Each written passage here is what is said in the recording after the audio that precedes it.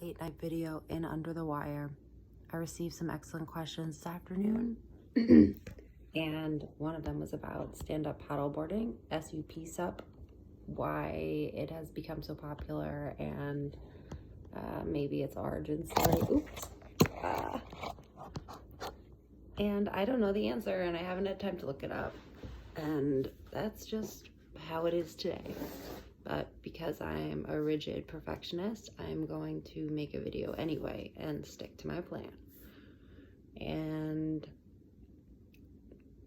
yeah, so stand-up paddleboarding is probably the latest major change in the style of surfing and types of boards that are being ridden in a mass sort of way. But I was reading in this book, The History of Surfing, about the first major revolution in surfboard size, and that was, of course, the Shortboard Revolution. And I can read it. It is pretty fascinating.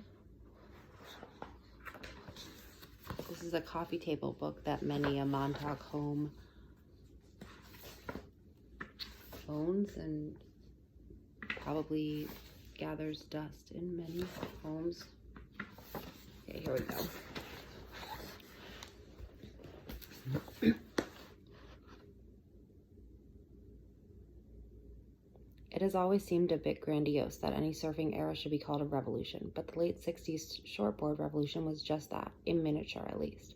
Old ways and ideas were thrown over in a furious rush. Young leaders ground their bare feet into the backs of their predecessors and pushed forward.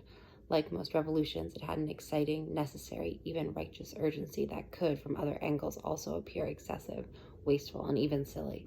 Never before or since has the sport changed so much and so abruptly.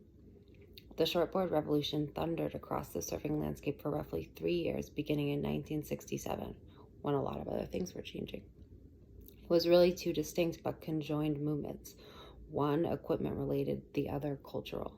During that period, surfboards were transformed from bulky 9-foot 6-inch, 26-pound nose riders to 6-foot 6-inch, 9-pound mind machines. Shortboards had numerous practical advantages over what were soon called, and always disparagingly, longboards. Actually, that term is back in favor. They were easy to carry, fit anywhere in the house, and could be stowed inside a car. Smaller versions even fit in the trunk. The new boards had compensatory disadvantages too. They paddled low and slow, which meant you couldn't catch as many waves, and the lighter models were fragile. But all of these issues were incidental. Short surfboards overhauled the ride itself. Hanging 10 was out. Straight line trim was out.